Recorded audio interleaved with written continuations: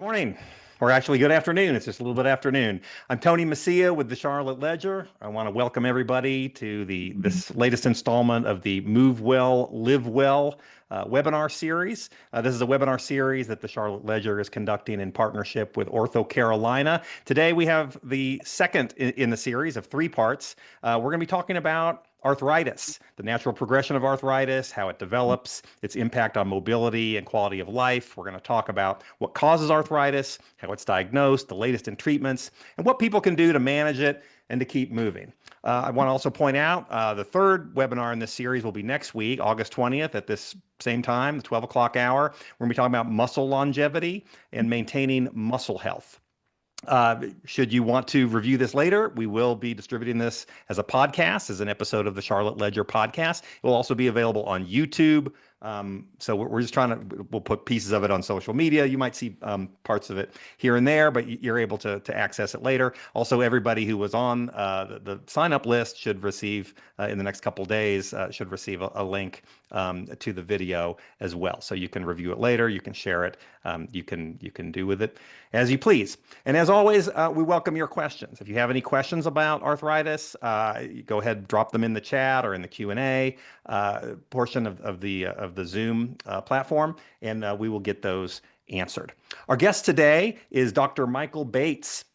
Dr. Bates graduated from UVA School of Medicine in 2009. He completed his orthopedic surgery residency at Carolina's Medical Center, received fellowship training in adult joint reconstruction at the Hospital for Special Surgery. With over 16 years of experience, he specializes in hip and knee replacements and complex orthopedic reconstructions.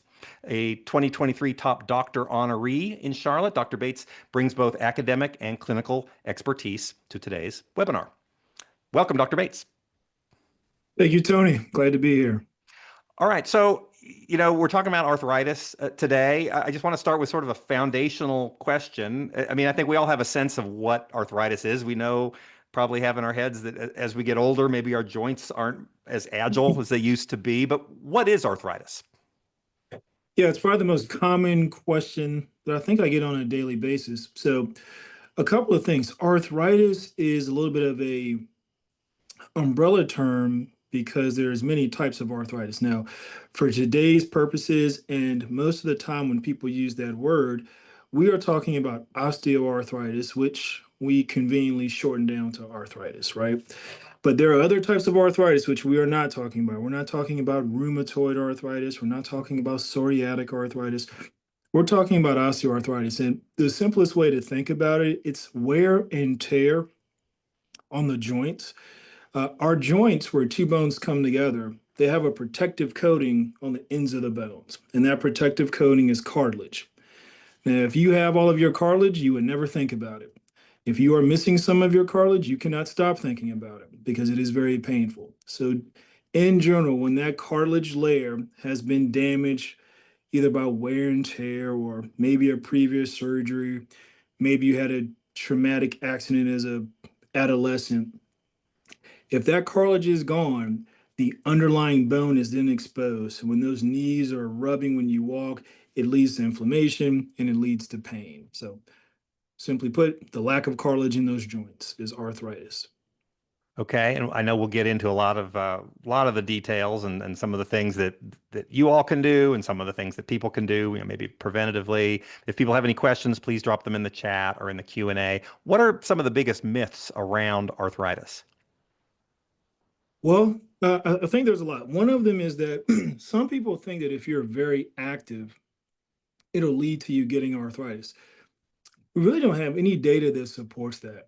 So for instance, we'll have folks that come in, they want to start exercising, and they'll want to come in and check to see is that okay because they don't want to cause themselves arthritis. So we have folks that run as their primary form of exercise, or they bike, or do something that's really exertional from a physical standpoint. We really have no reason to be concerned about those folks getting arthritis any more than a person who's on the other extreme, let's say a couch potato. If anything, we really think that the more active individuals who are doing more exercise, to a moderate degree, you can do too much of anything, obviously, but to a moderate degree, those folks are probably less likely to develop osteoarthritis because they're going to have a healthier weight, um, and they're going to have stronger muscles, which we know is good for joint health. So that's probably the single biggest one.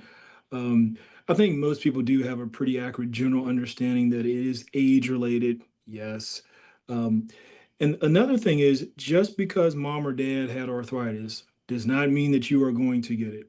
So there are things that are within each individual's control to decrease the risk of arthritis, regardless of whether or not your mom or dad had it. So that's another myth. It is not a foregone conclusion that you will get it just because your parents had it.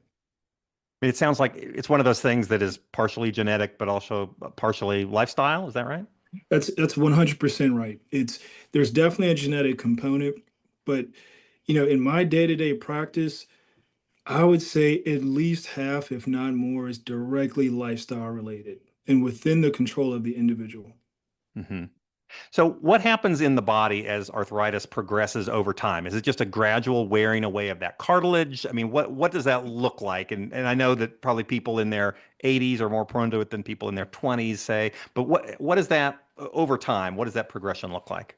Well, there's really two ways to look at it, Tony, because there's the objective way. So when you come in and are you still there? I'm sorry, might have dropped off. I hear you. Okay. So there's really two ways to look at it. When you are from the patient standpoint, the way you define your arthritis is going to be based on your symptoms. From an objective standpoint, we're going to be looking at things like x-rays, MRIs, and so forth.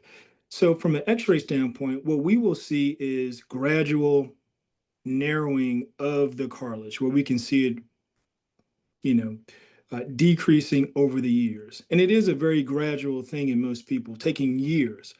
Now, a lot of times in the early stages, people won't have symptoms. So they won't start to get symptoms until the point it starts to get to a moderate degree of arthritis or a severe degree of arthritis. Now, from the patient perspective, even though we may have been picking up on it on an x-ray for many years, they don't really become truly aware of it until it starts to limit their abilities. When they start having pain with walking or it wakes them up at nighttime.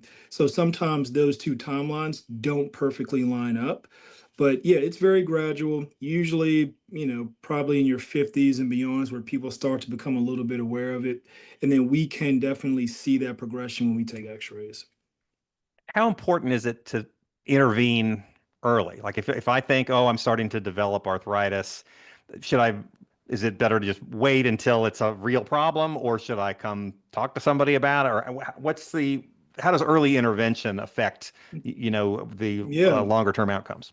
depends on what you mean by intervention. So for some forms of intervention, it's really much easier to prevent it than to treat it. So early intervention in that regard is extremely helpful.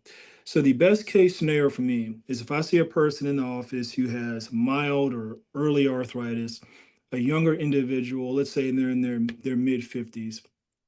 And if we can catch that early and we can find some modifiable risk factors, that individual, we can give them some advice where this doesn't have to progress. If weight is an issue, we will commonly talk about that. And in some instances, if you have a person who can lose a reasonable amount of weight, get their body mass index down into a normal parameter, those folks may never have to seek care again for knee arthritis or something like that. Now, if folks come in and they're already beyond that phase, they're in moderate to severe arthritis, at that point, you do lose some of your options in terms of preventing it. Um, but we still will try to avoid anything that's invasive as long as possible. There's some middle grade options that help people with the pain control, but we're going to always try to prolong the life of the person's knee. Use the knee that you were given as long as it works. But when it comes to early intervention, weight loss is probably number one, and you cannot do it soon enough. Yeah, you mentioned different risk factors, and it sounds like weight is a big one. And you did mention how it's a to me it seems a little counterintuitive that if you're running, this is one of the myths, right? That if you're Yep, running, oh, your bones are going to wear away your cartilage. And you actually, got it. I think from what you're saying is actually if you run and you keep your weight reasonable, you're actually more likely to be all right in terms of arthritis. But what are some of those other are there other risk factors besides weight? Yeah, so the big three, weight, I would say, is right up there. The second one is genetics, and that's just you can't, you can't pick your genetics. They are what they are. Yeah. The third one really comes down to just injuries or things that have happened over a lifetime, right? So folks that had meniscal tears, and not every meniscal tear is the same. So just because you've had a meniscal tear doesn't mean you're at risk for arthritis. But particular meniscal tears can definitely put you at risk for uh, earlier onset osteoarthritis. Um, the genetics do absolutely play a role, but probably the single biggest modifiable one is the weight. It is absolutely at the top of the list, but those are the three. Um, if you've had a fracture in the past that impacts the bone where it comes into the joint, you're going to be at higher risk for arthritis. But that is definitely the exception of the folks we see. That's not many people that fall into that category.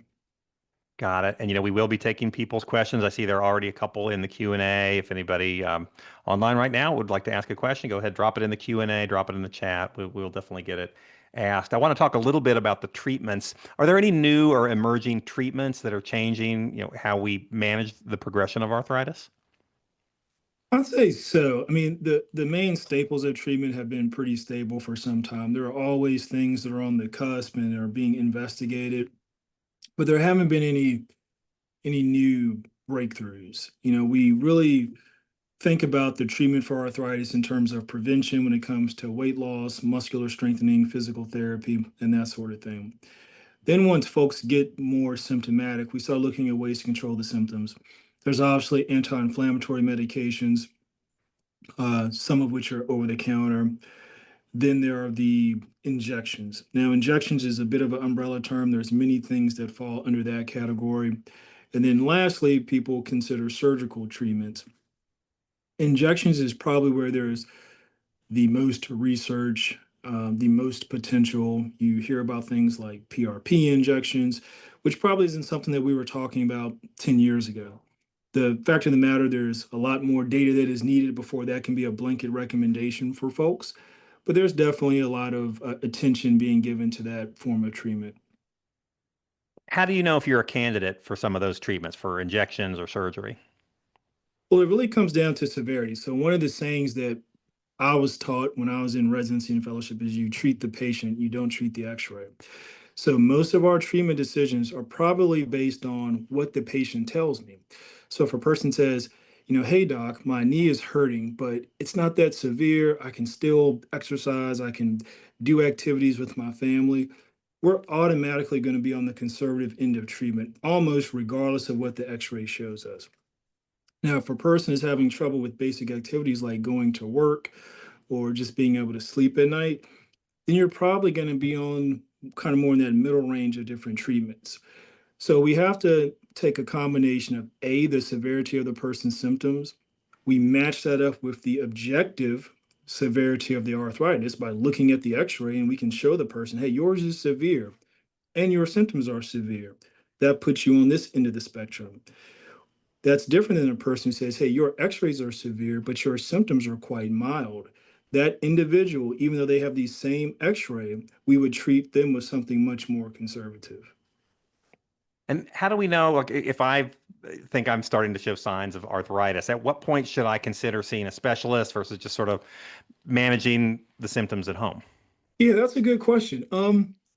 I think everyone has a different threshold. Most people don't enjoy, taking time off, going to the doctor's office. I mean, we get it. It's a little bit of a headache. So that threshold just depends on when does it start to bug you enough, right? So there are some really common triggers for people. Some individuals, they will put up with anything until they can't go play golf. And then Right. their world is crashing down, right? They can't get an appointment fast enough. Sometimes it's folks can't keep up with their kids or their grandkids, and they can't pick them up and feel comfortable. And that makes folks get on the phone and make an appointment. But it really comes down to if you tried some reasonable things on your own, you've rested the area that's giving you some discomfort. Maybe you've taken some ibuprofen or something, and it just won't stop nagging. That's when I think people should come and get it checked out. Usually, we can give you most of the information you would need with a simple X-ray and an examination. Um, and if you can get that information earlier, you may have the potential to make some changes and avoid, some of the other things that can occur down the road. Are there any specific activities or exercises that can help slow the progression of arthritis? I know you mentioned resting the inflamed area. That seems to make some sense. But is there anything that people can do? I mean, without taking a bunch of painkillers or having an injection or something more severe? Yeah, for sure. And that's where we really like to start. So it's better to not get too pigeonholed into I must do this exercise or that exercise because everyone's a little bit different. What I usually tell folks, if you can find a way to get some good cardio exercise, you may have to experiment, but just do something, right? To be honest, I used running as an example earlier just because that's one of the most common questions we get. Does it cause arthritis? But there's no avoiding the fact that it's also a very high impact exercise. And there are probably better things to do that don't put as much stress on your knees, but still give you a good workout. So you think about things like swimming, the elliptical machine. Some people can do exercise bikes with no problem whatsoever, but if they start to run, they get pain. So any of those types of things can be helpful. Weightlifting is really important. So don't skip Hmm. leg day. It's very important. So you work on your quads, you work on your hamstring, and that's really critical as well. So the good thing about it is you have lots of options. So most people can find something that they enjoy. And it's important to not get too pigeonholed into one exercise. You should cross train. Me personally, I like to run, but I can't run more than 2 or 3 days in a week, or I will start to feel it in my joints. So I Right. mix it up a little bit. I'll get on my bike and I'll do some cycling, I'll do some running, and I'll do some weight training. So it's important to have a balance because if you do too much of any one particular exercise, you're going to probably get an overuse injury. Yeah, it seems like good advice. Just find something you like and do that, and also mix it up and not just work the same muscles or joints. What Absolutely. is that all related to weight? Is the exercise is just related to keeping the weight off? Is that what that is, or No, it's are there not other it's not benefits? just weight. I think weight is a big part of it, but it's also strengthening the muscles, right? So that's why weight training is really important. So when you think about your joints, we'll use the knee joint again. And the knee joint is a little bit particular because intrinsically, that joint does not have a lot of stability. You are very dependent upon your ligaments and your muscles to provide stability to your joint. That is different than, let's say, your hip joint, which natively is very stable because you have this big ball that sits inside of a big socket and it's naturally very stable. So by strengthening the muscles, you actually strengthen the the organs that are responsible for giving you stability of the knee and therefore can either decrease the symptoms of arthritis or prevent the progression of it. So while it does help to get weight off by simply strengthening the muscles that provide stability to the knee joint, that is the other way that it helps folks with arthritis.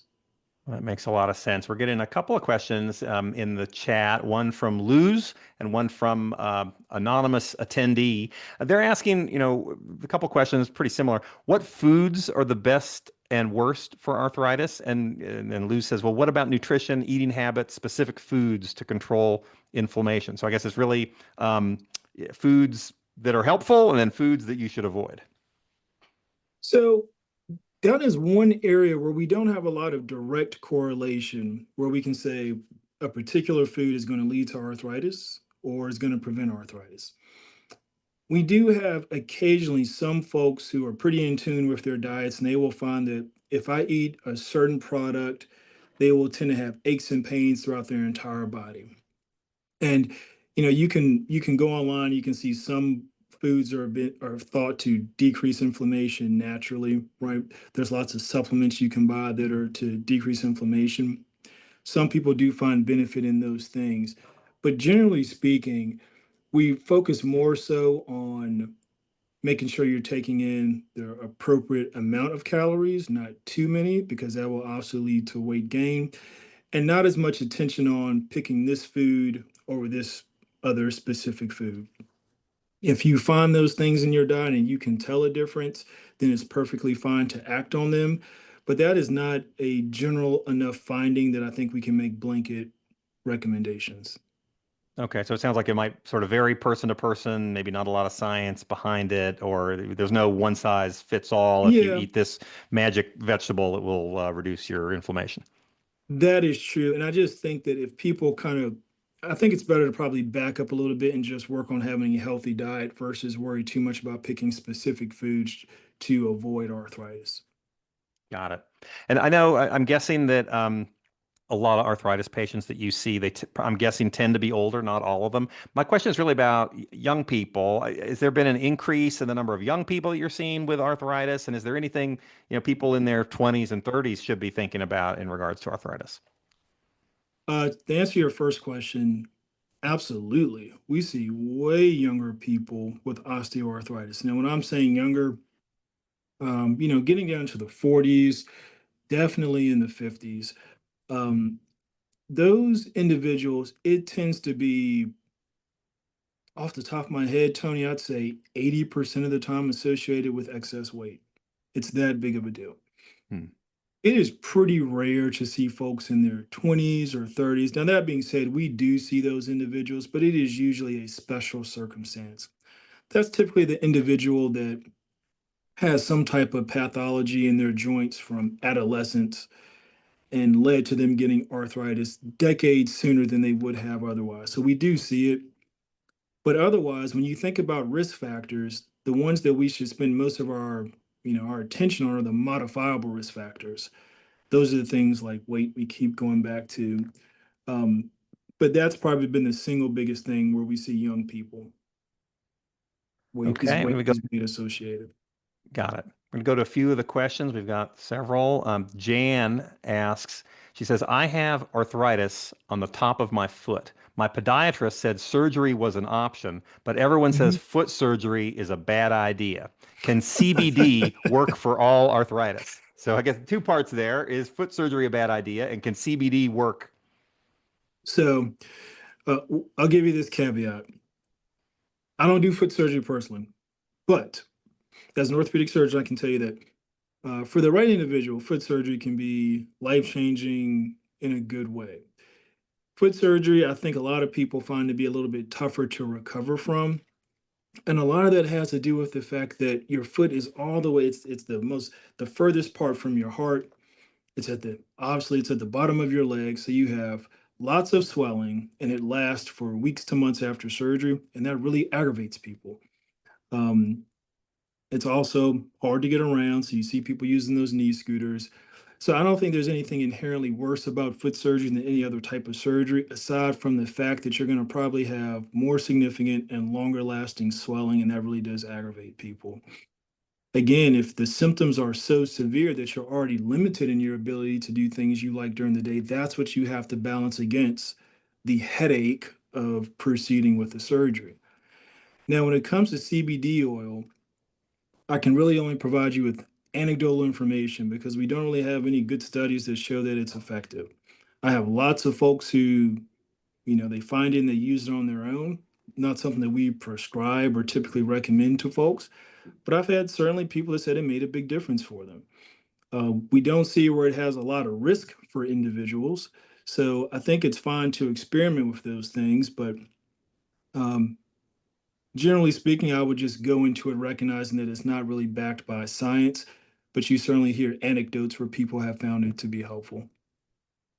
Yeah, I mean, for a long time, it wasn't really studied, I think, right, because of prohibitions and federal law. But now you have all these, I mean, Delta 9, all kinds of different, hemp-derived things that are similar. There's a bunch out there, and it seems like it's sort of legal. It is legal. Like, I mean, places are Yes, selling it. So, but I think it's sort of like your mileage will vary.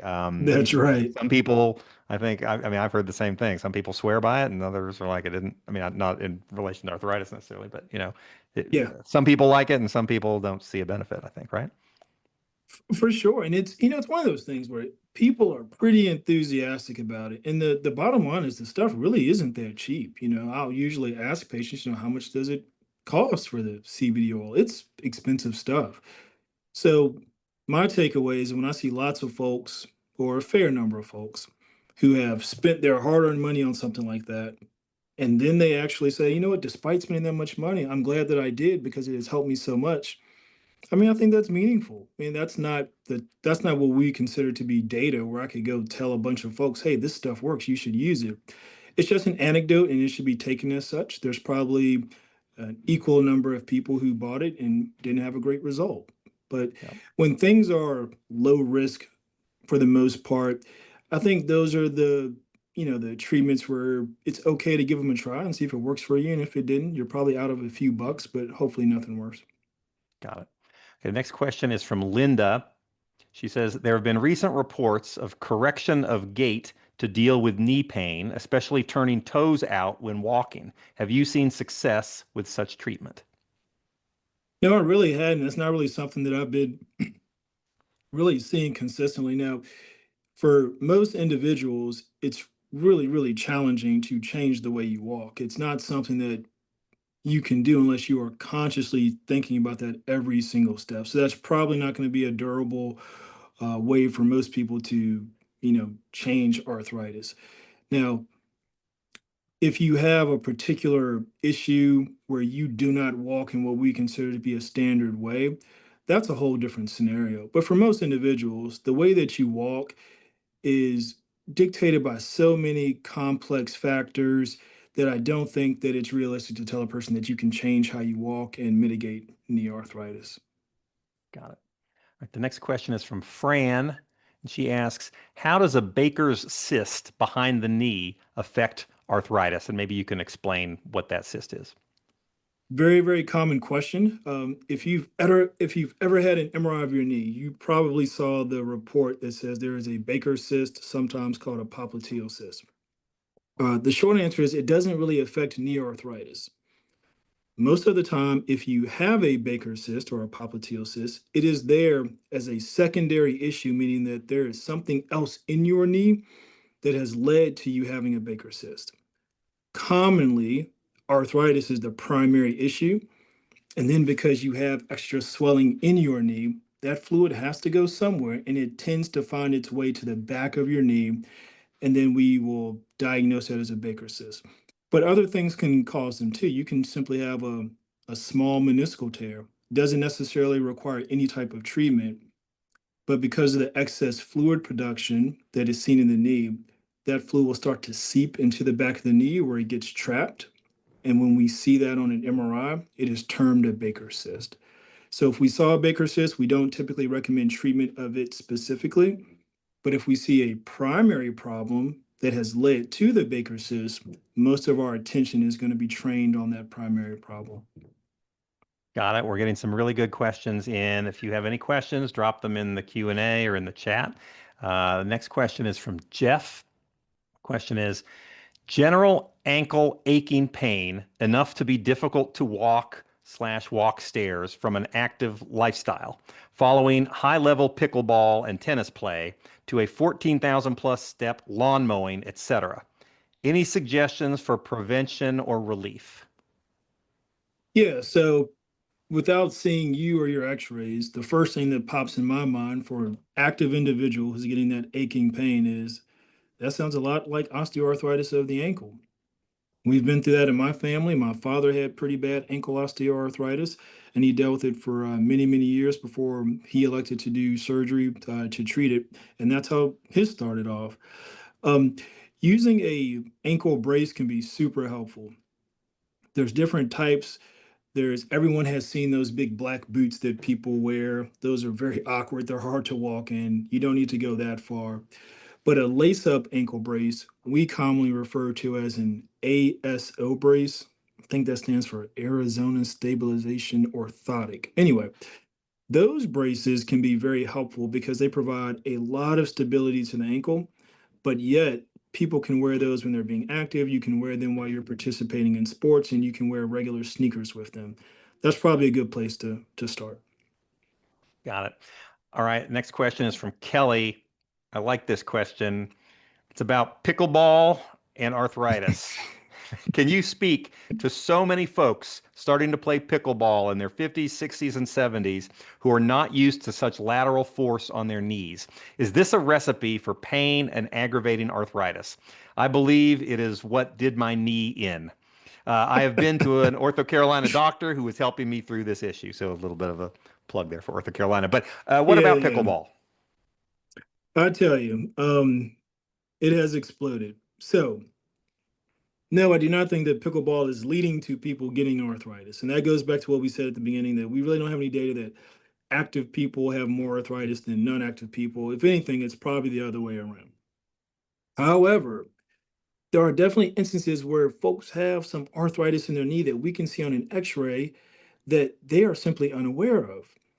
Now, when that individual decides to say, hey, I'm going to go be and I'm going to go participate in pickleball events, they're going to be at a little bit more likelihood to start to be aware of that pre-existing arthritis because now they're putting additional stress on their knee that their knee was not dealing with before. So to that individual, they come in, they get an x-ray, we tell them they have arthritis. They say, well, I've been playing pickleball for 6 weeks now. And they look at that as a cause and effect when the truth of the matter is the knee already had arthritis. You just you weren't asking a lot of your knee in terms of physical activity. And now that you are, you're becoming more aware of it. That being said, at that time, our treatment really focuses on not so much telling you to stop playing pickleball because we want you to be active. We try to find ways that, despite having some arthritis, you can continue to play pickleball, even if that means you wear a brace, maybe take some ibuprofen. But our goal is for you to continue doing those activities in spite of having mild arthritis. But no, we don't think it's actually causing it, but we do see certainly lots of injuries from pickleball, like we see from any sport. So you're not anti-pickleball per se on that question, but it's No just way. okay. No, no way. Like if that's your thing, if that's what you love to do, if it's your release, it gets your heart rate up, you enjoy doing it, by all means do it, you know?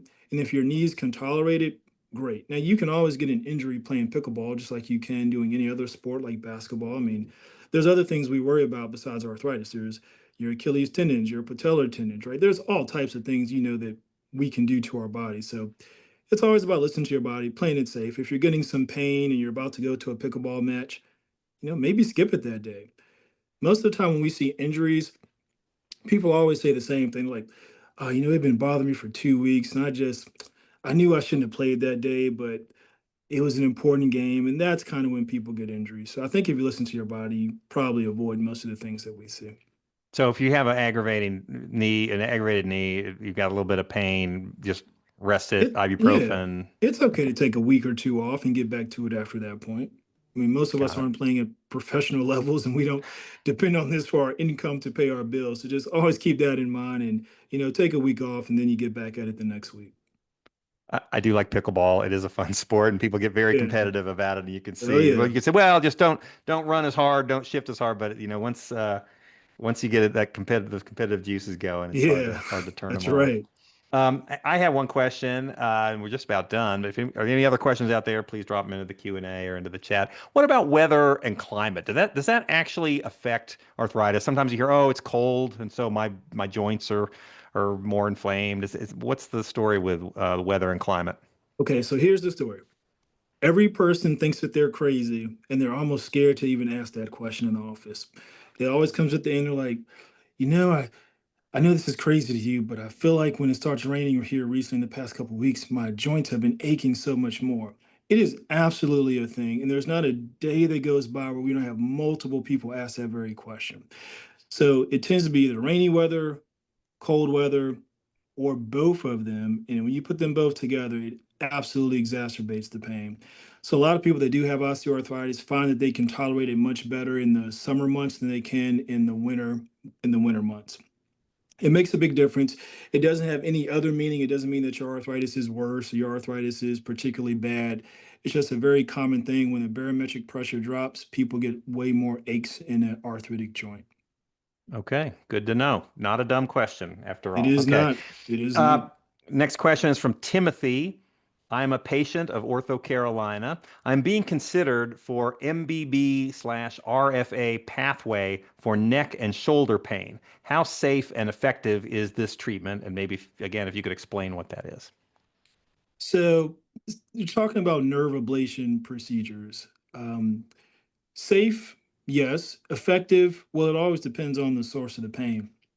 So, for instance, when we talk about a person's having pain, we may say knee pain, but we try to get a little bit more specific. You can have knee pain due to things like arthritis. You can have knee pain due to um, neuropathic causes, meaning that the nerves are generating the pain. So some of the specialists we have within OrthoCarolina, part of what they do is try to distinguish between the two. And if we find that you have one of the types that is more amenable to these somewhat alternative treatments, then yeah, nerve ablation procedures can be done. The appealing thing about them is that while they are procedures, they are definitely less invasive. They're not the same as a person having to go have, a shoulder replacement, knee replacement, ankle replacement. They can provide relief, albeit it's not permanent relief. We call it semi-permanent relief, meaning that a person may get a year of relief. But this very much depends on the exact area of the body and the modality being used to treat it. But generally speaking, we look at those as potentially giving a person long-lasting relief without traditional open surgical procedures. Okay, got it. That's all the questions I have. That's all the questions we have in the chat. I think it's been a really good discussion. Dr. Bates, any parting thoughts?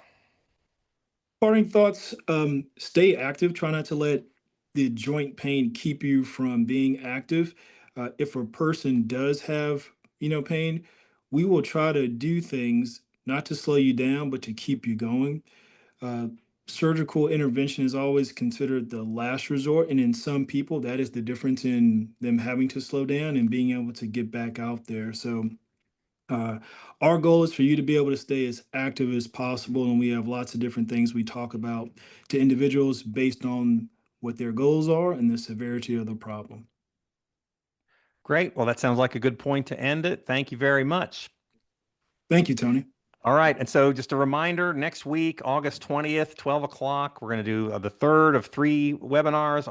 And the topic is muscle longevity and maintaining muscle health. And just as a reminder, a copy of this discussion today, we'll distribute that on the Charlotte Ledger podcast. We'll put it out on YouTube. We'll mention it in our Charlotte Ledger newsletter. So you can revisit it, share it, spread it around. That'll do it. On behalf of the Charlotte Ledger and OrthoCarolina, thank you for joining us. Thank you.